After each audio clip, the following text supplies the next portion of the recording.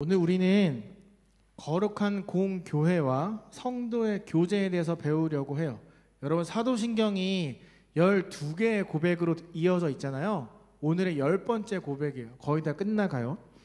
여러분, 우리 이제 저 거룩한 공교회, 성도의 교제에 대해 나누기 전에 여러분들에게 한 가지 질문을 하려고 해요. 대답하지 않아도 되고 한번 생각해 보세요. 이건 뭐 정답은 따로 없어요. 생각해 보세요. 여러분에게 믿는다, 믿음은 무슨 뜻인가요? 여러분에게 믿는다는 어떤 의미로 다가와요? 여러분, 지금 여기에 나와 있는 이유가 예수님을 믿어서 와 있는 거잖아요. 여러분, 믿는다, 믿음, 여러분에겐 무엇인가요? 여러분의 언어로 어떻게 믿음을 표현할 수 있어요? 우리가 매주 살펴보고 있는 이 사도신경에 믿는다는 크레도라는 단어인데, 이 고백은 크게 세 가지의 의미가 있어요. 첫 번째, 의지하다. 그런데 이거는 그냥 단순히 내가 누군가를 믿어요 그런 뜻이 아니라 내가 믿는, 내가 의지하는 대상을 향해 내 심장을 뽑아서 드릴 수 있을 만큼 의지합니다, 믿습니다 라는 뜻을 갖고 있어요.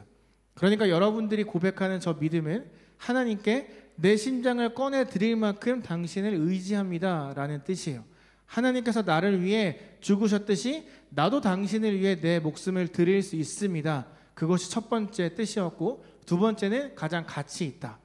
무슨 뜻이냐면, 여러분, 내가 심장을 뽑아서 드렸어요. 그럼 우린 죽겠죠. 그런데 심장 말고 그 다음에 내가 가장 소중하다, 가장 가치 있게 여기는 것들이 있을 거예요.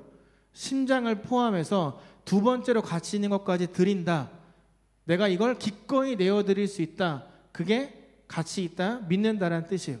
마지막은 최상단에 두다. 무슨 뜻이냐면 우선순위를 하나님께 드린다는 뜻인데, 첫 번째, 내 심장을 드릴 만큼 당신을 의지합니다. 두 번째, 내 심장 다음으로 중요한 것을 당신께 드릴 수 있습니다. 세 번째, 그 다음 것, 심장 다음 중요한 것, 그러니까 내 인생에서 가장 중요한 1, 2, 3번을 다 당신께 드릴 수 있습니다. 기꺼이 내놓을 수 있습니다. 이게 바로 믿음이라는 뜻이에요. 그러니까 여러분들이 매주 고백하는, 오늘 이 순간에도 고백했던 사도신경의 고백은 저 세 가지의 의미를 담고 있어요. 여러분이 여기 와서 얼마나 크게 찬양을 하고 얼마나 마음을 열고 말씀을 듣고 있는지 전 잘 알 수 없지만, 여러분의 표정을 보고 듣는구나, 딴 생각하는구나, 난 알 수 있지만, 여러분이 이 자리에 모인 건 단순한 의미가 아니에요. 여러분, 믿음이라는 건 전혀 낭만적이지 않아요. 로맨틱하지 않아요. 내 심장을 뽑아낼 만큼, 내가 소중하게 여기는 1, 2, 3번 모두를 다 드릴 만큼 각오하고 결단하는 것이 믿음이에요.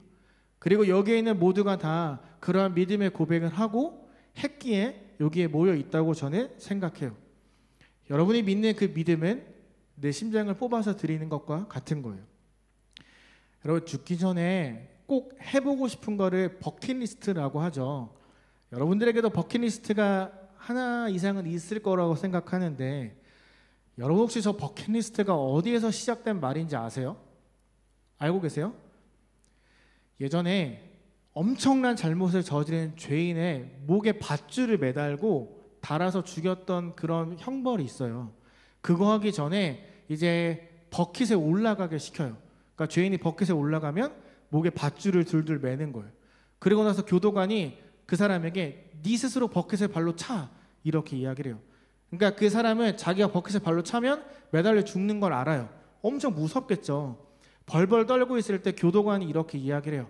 발로 차기 전에 지금 네가 가장 하고 싶은 걸 이야기해봐. 그러면 그 죄인은 자기가 지금 하고 싶은 걸 이야기하거든요. 뭐 살고 싶습니다, 뭐가 먹고 싶습니다, 누군가가 보고 싶습니다. 버킷리스트는 거기에서 출발했어요. 사형수가 죽기 직전에 말을 하는 것, 그걸 버킷리스트라고 하거든요. 저에게도 버킷리스트가 굉장히 많았어요. 그거 하나하나 지워가는 재미로 살았어요. 그런데 여러분, 버킷리스트를 다 완성하면 행복할까요? 즐거울까요? 하나를 딱 지웠거든요. 두 번째를 해야 된다는 마음이 들기 시작했어요.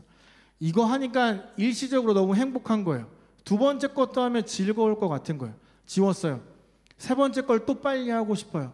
버킷리스트, 내가 원하는 걸 따라가며 살다 보니까 하나님과 전혀 상관없는 삶을 살아가는 나를 보게 됐어요. 예배드리고 뭐 마커스 가고 뭐 아이자에 가고 이런 버킷리스트가 아니라 나만을 위한 것, 내가 좋아하는 것들로만 내 인생을 가득 채우기 시작하니까 하나님이랑 점점 멀어지기 시작하더라고요. 그래서 어느 순간부터인가 저는 버킷리스트를 지웠어요. 저거 다 해도 내가 행복하지 않다. 내가 이걸 통해 지금 당장은 기뻐도 내가 하나님과 전혀 상관없어진다면 하지 않을 거야 라고 생각하고 버킷리스트를 다 지웠어요. 아까 우리가 봤던 믿음 3가지, 나의 하나님을 가장 맨 위에 두지 않으니까 뭘 해도 행복하지 않은 거예요. 뭘 해도 그 행복이 오래 가지 않는 거예요. 뭘 해도 기쁘지 않는 거예요. 여러분, 저는 가요를 잘 못 들어요. 저희 어머니가 어렸을 때 제가 가요를 틀면 딱 껐어요. 너 목사 될 놈이 이런 거 들으면 안 돼! 이렇게 딱 껐어요. 근데 그 영향 때문인지 모르겠지만 가요를 오래 들으면 머리가 너무 아파요. 너무 힘들어요. 그런데 찬양을 들으면 너무 마음이 좋아요. 저에게 버킷리스트가 딱 그런 거였어요. 하면 머리가 자꾸 아파지는 거예요. 하나님이랑 멀어지기 시작하니까 내 마음의 평안함이 사라지게 되는 거죠. 그래서 여러분이 정말로 예수님을 믿는다면 지금 이 순간 생각해야 돼요. 내 인생에 내가 해왔던 모든 삶의 1번이 누구였는가? 내가 어디서부터 행복을, 어디서부터 기쁨을 갖고 오고 있었는가? 그걸 고민해야 돼요. 저도 여전히 어렵지만 삶의 1번에 하나님으로 두려고 노력하고 있어요. 우리가 믿는 믿음은요, 결코 단순하지 않아요. 하나님이 나에게 너의 심장을 달라고 하면 주저하지 않고 뽑아서 드릴 수 있을 만큼의 결단이 있어야 되고, 그 다음으로 소중한 걸 내놔라고 했을 때 하나님께 네 하고 기꺼이 드릴 수 있는 그런 고백이 있어야 되고, 그러한 고백을 위해 하나님을 내 인생의 1번으로 두겠습니다 라는 여러분의 선포가 있어야 돼요. 그 모든 고백들이 모여서 우리의 믿음이 된 거고, 우리가 이렇게 예배의 자리에 나올 수 있게 된 거예요. 하지만 저는 그렇게 살지 않는데요 라고 생각할 수 있어요. 하나님도 알아요. 언젠간 그런 삶을 이루어낼 걸 알기 때문에 하나님이 계속 여러분을 붙들고 예배의 자리로, 은혜의 자리로 끌고 오고 계시는 거예요. 여러분, 혹시 에클레시아란 말 들어봤어요? 어떤 뜻인지 알아요? 잘 몰라도 아마 위러브가 에클레시아라는 찬양을 낸 걸로 아는데 들어는 봤을 거예요. 에클레시아는 정확하게 말하면 그냥 교회 공동체예요. 우리 자유교회 공동체를 이야기해요. 여러분이 속해 있는 모든 교회, 그리스도인 공동체를 말해요. 왜냐하면 에클레시아의 뜻이 하나님이 먼저 선택해서 거룩하다 불러주시고 그런 사람들이 모여서 예배를 드리는 곳이 에클레시아, 교회이기 때문이에요. 그러니까 교회는 거룩한 곳이란 뜻이 에클레시아라는 거죠. 여러분에게 질문 하나 할게요. 여러분, 교회는 거룩한가요? 여러분이 봤을 때 교회는 늘 본받을 만한 곳이었어요. 교회하면 뭐가 생각나요? 교회 딱 하면 아마 여러분 머릿속에 여러분들이 오래 다녔던 그 교회가 딱 생각이 날 거예요. 자유교회가 아니어도 안 괜찮아요. 하지만 이해는 할게요. 근데 교회하면 아마 여러분들이 오랫동안 다녔던 무엇인가가 딱 떠오를 거예요. 교회하면 뭐가 가장 먼저 떠올라요? 예수 그리스도? 거룩한 곳? 말씀? 예배? 미안하지만 교회는 거룩하지 못할 때가 더 많아요. 어쩌면 교회는 거룩이랑 전혀 상관없는 모습처럼 보이기도 해요. 여러분이 아직 잘 몰라서 그렇지 좀 더 크잖아요. 교회가 세상에서 얼마나 욕을 먹고 있는지 알 수 있을 거예요.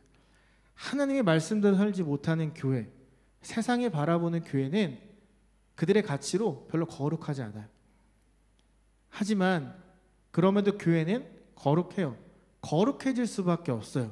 왜냐하면 하나님이 이곳에 계시기 때문이에요.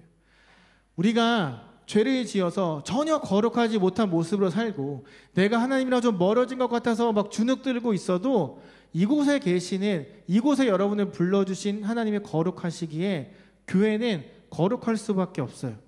오늘 본문이 우리에게 그걸 정확하게 말해줘요. 교회는 함께 지어져 가는 곳이라고 말을 해요. 그런데 함께 지어져 가기 위한 첫 번째 스텝, 첫 번째 그 시작이 모퉁이 돌 대신 예수님이 계시기 때문이에요. 여러분 혹시 모퉁이 돌이 뭔지 아세요? 요 교회도 있을 거예요. 그 건축할 때 가장 먼저 땅에 내려놓는 돌을 모퉁이 돌이라고 이야기를 해요. 모퉁이 돌이 탁 낮아야 거기서부터 벽돌과 모든 것들이 쌓아지면서 하나의 건물로 지어져 갈 수 있어요. 가장 아래에 있어서 잘 보이진 않지만 저 돌이 놓아져야 건물이 시작이 돼요. 교회의 시작이 예수 그리스도라고 성경이 말하고 있는 거예요. 예수님이 우리를 불러 모으셨고 우리에게 거룩하다고 말씀하셨어요. 나는 잘 모르겠지만 우리에게 넌 거룩해 라고 말씀하시며 공동체로 불러주셨어요. 그리고 그분이 하늘로 올라가면서 제자들에게, 자신을 믿는 모든 사람들에게 교회를 세우라 라고 말씀하셨어요. 교회의 시작이 거룩한 예수님이기 때문에 교회의 끝도 거룩해질 수밖에 없어요. 오늘 우리가 읽은 22절의 말씀, 함께 지어져 간다. 우리가 잘나서 교회가 되고 우리가 잘나서 가까워지는 게 아니라 우리 안에 중심 되시는 예수님이 있기 때문에 우리가 함께 교회의 모습으로 지어져 가고 있다라고 말하는 거예요. 모퉁이 돌은 흔들리지 않아요. 삐뚤어지지 않아요. 딱 그대로 있어요. 그리고 그 위에 건물이 올라가요. 우리는 사실 거룩할 수 없어요. 죄 때문에 더더더더 거룩해질 수 없어요. 그런데 하나님이 우리에게 아니야, 너 거룩해. 너 거룩해질 수 있어. 그렇게 구원과 은혜를 베풀었어요. 여러분, 교회 공동체를 세우다 보면 가끔 싸울 때도 있거든요. 서로 사이가 안 좋아질 때도 있거든요. 부딪힐 때도 있거든요. 그런데 여러 가지 어려움들이 발생하지만 그래도 그 끝은 하나님이 계획하신 대로 거룩한 공동체가 돼요. 하나님이 반드시 거룩한 공동체를 만들겠다고 하셨거든요. 거룩한 공교회는 사실 로마 카톨릭을 이야기해요.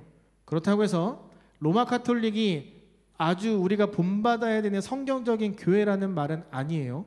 그 카톨릭은 카톨리케라는 말인데 저 뜻은 교회는 시간과 공간을 초월해 항상 존재했다. 그러니까 다른 말로 이야기하면 이 세상이 지어지기 전부터 하나님은 교회를 생각하셨다라는 뜻이에요.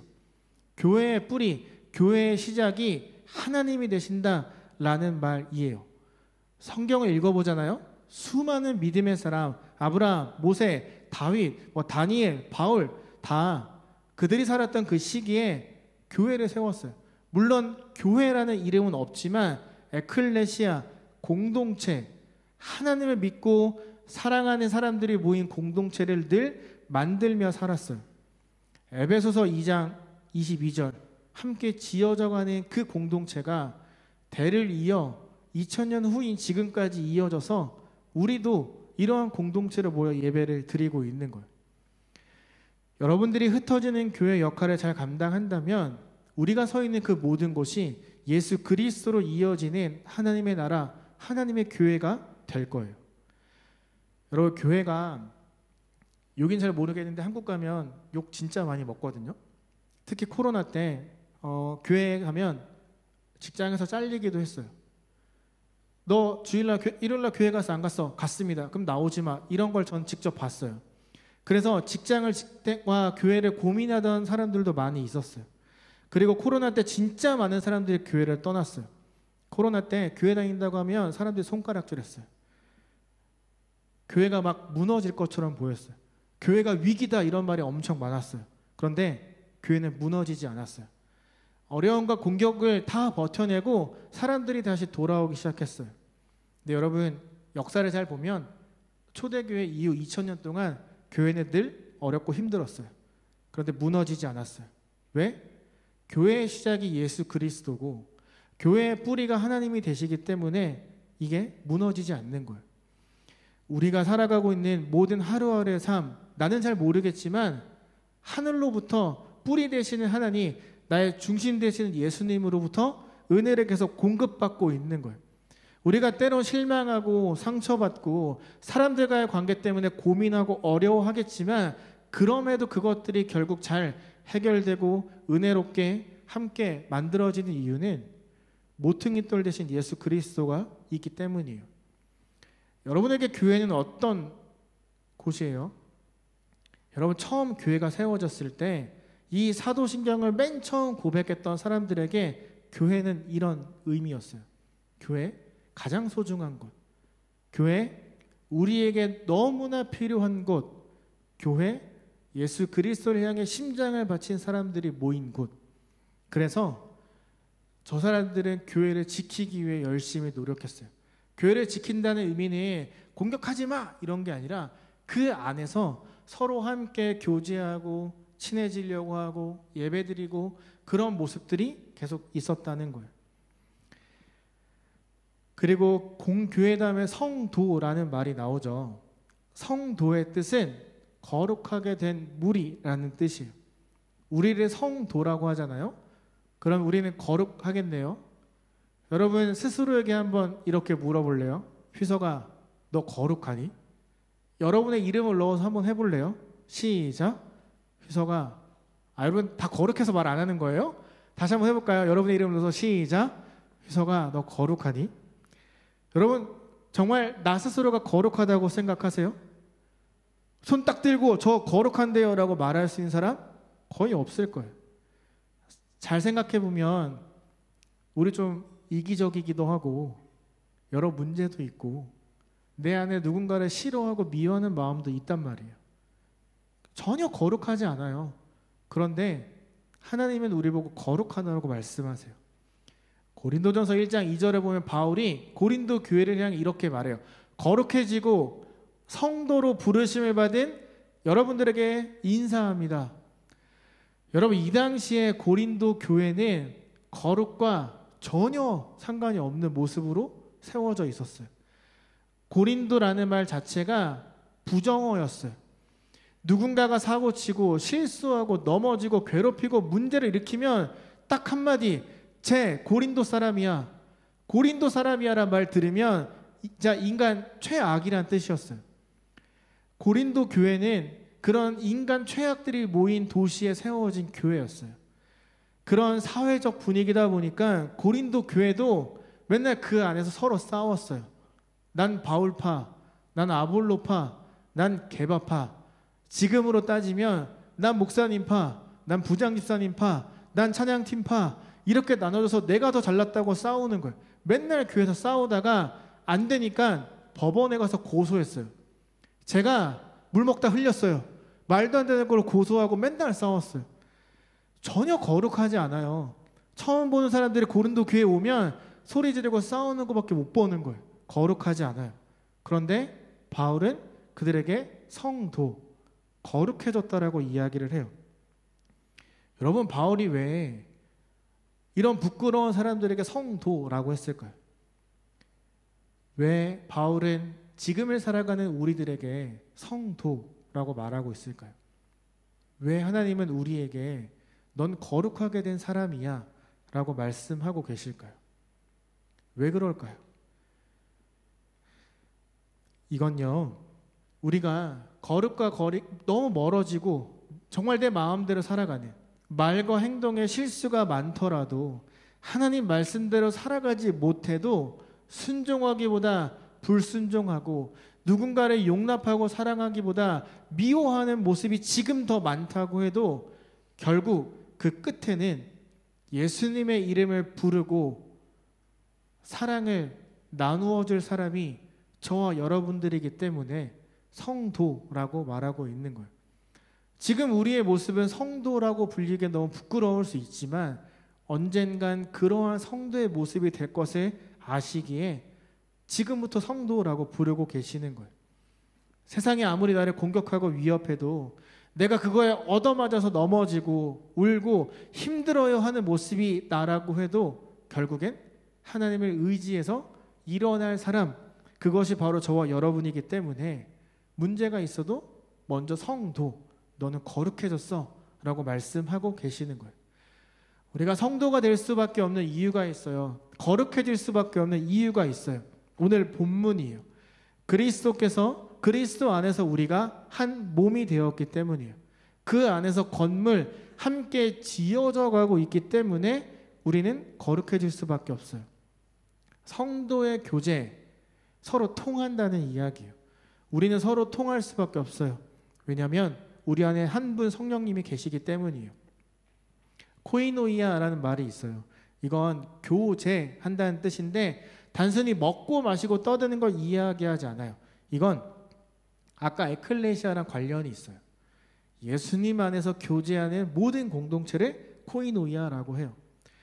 여러분들이 한국에 가 있어도 우리가 서 있는 곳이 다 달라도 그리스도 안에서 하나이고 여전히 교회 공동체의 모습인 것처럼 코이노이아는 떨어져 있어도 함께 교제하는 사람들, 그 공동체를 이야기해요.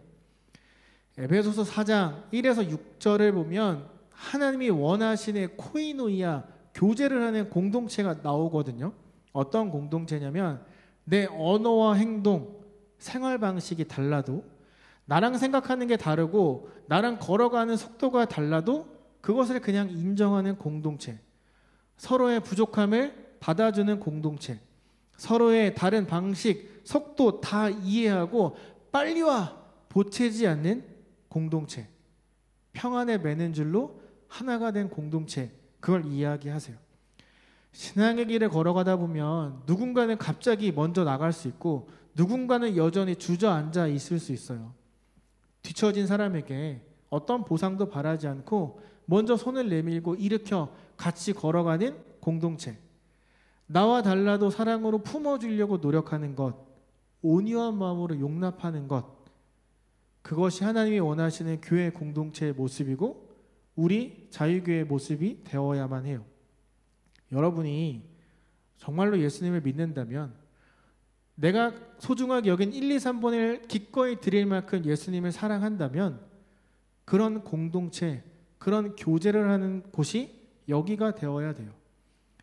우리는 혼자 신앙생활을 할 수 없어요. 하나님이 너 혼자 예배드려 라고 하지 않으셨어요.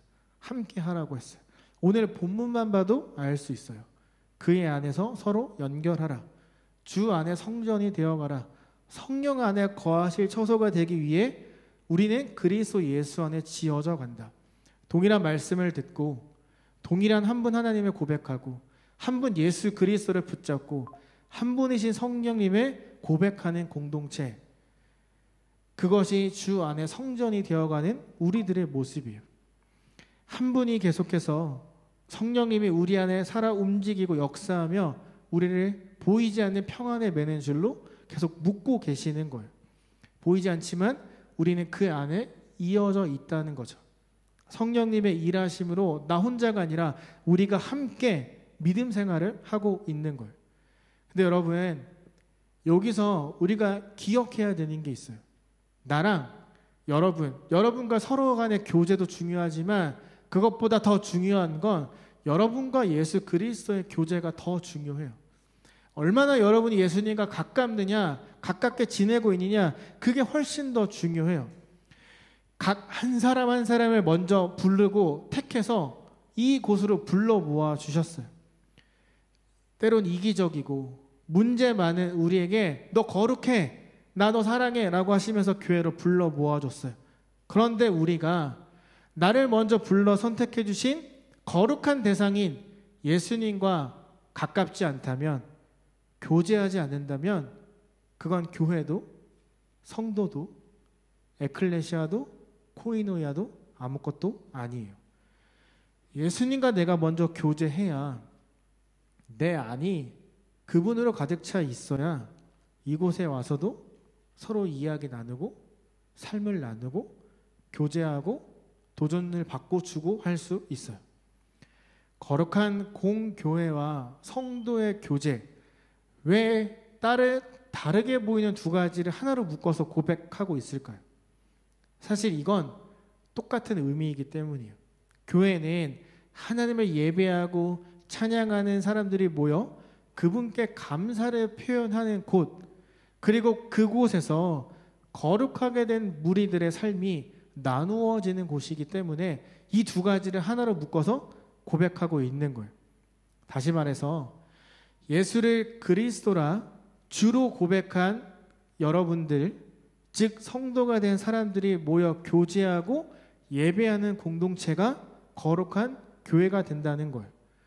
참된 교회는 예수 그리스도를 믿는 신앙 안에서 그분 안에서 동일한 믿음을 고백하는 사람들이 관계를 맺는 성도의 교제가 계속 커져가요. 성도이기 때문에 우리가 모이는 거예요. 성도이기 때문에 학교도 다르고 출신도 다르고 모두가 다르지만 우리가 함께 모여 예배를 드리고 교제할 수 있는 거예요. 성도이기 때문에 여러분들이 각자의 삶의 자리에서 그리스도인답게 살아가고 있는 거예요.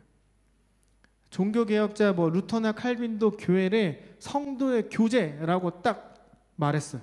지금 우리가 모여 있는 이곳, 한 분이신 하나님을 믿고 한 분이신 예수 그리스도가 피로 주신 삶을 함께 나누는 사람들이 모여 있는 곳이 바로 여기예요.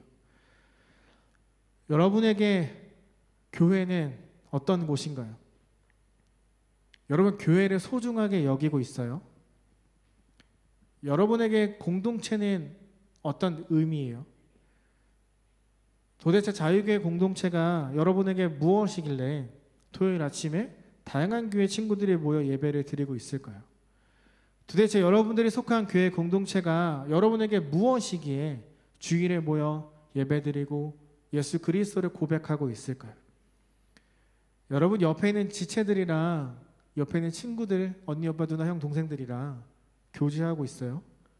이야기 한 번씩 하고 있어요? 그 교제로 여러분 행복하세요? 6월, 7월에 세일 모임을 하지 않았어요. 물론 방학이라 사람이 없어서 그런 것도 있었겠지만 제가 원했던 건 하나였어요. 좀 자유롭게 같이 밥도 먹고 이야기를 했으면 하는 마음이 있었어요. 셀로 자꾸 모이면 친해지기 어렵잖아요. 그러니까 그냥 마음 편하게 앉아서 밥 먹고 이야기하라고 셀 모임도 안 한 건데 그냥 똑같이 자기들끼리 모여 앉아서 밥을 먹더라고요.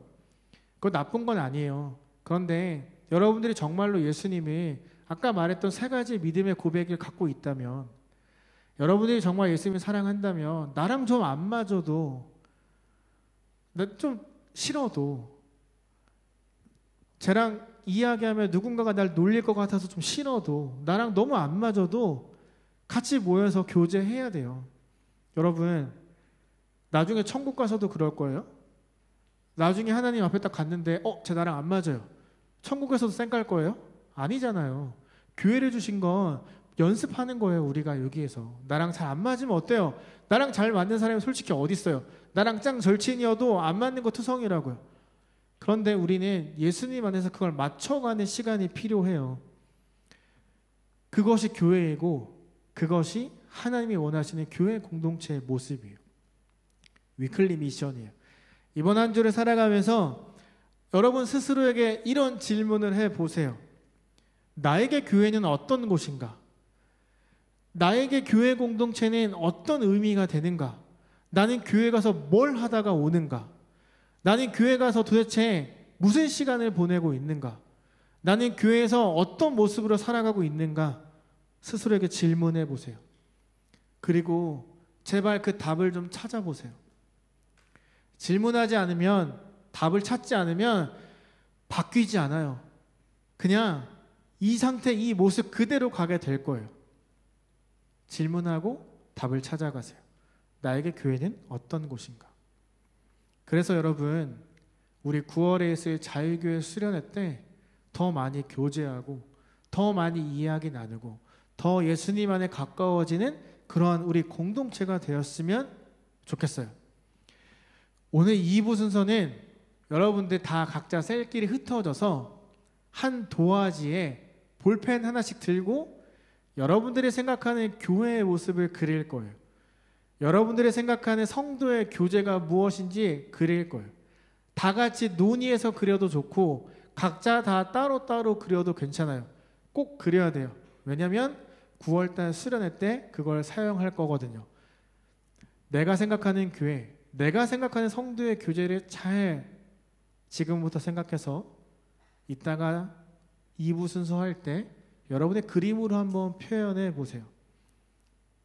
여러분에게 교회는 어떤 곳인가요? 꼭 생각해 보세요. 질문하고 답을 찾는 저와 여러분의 삶이 되기를 간절히 소망하며 예수님의 이름으로 축복합니다.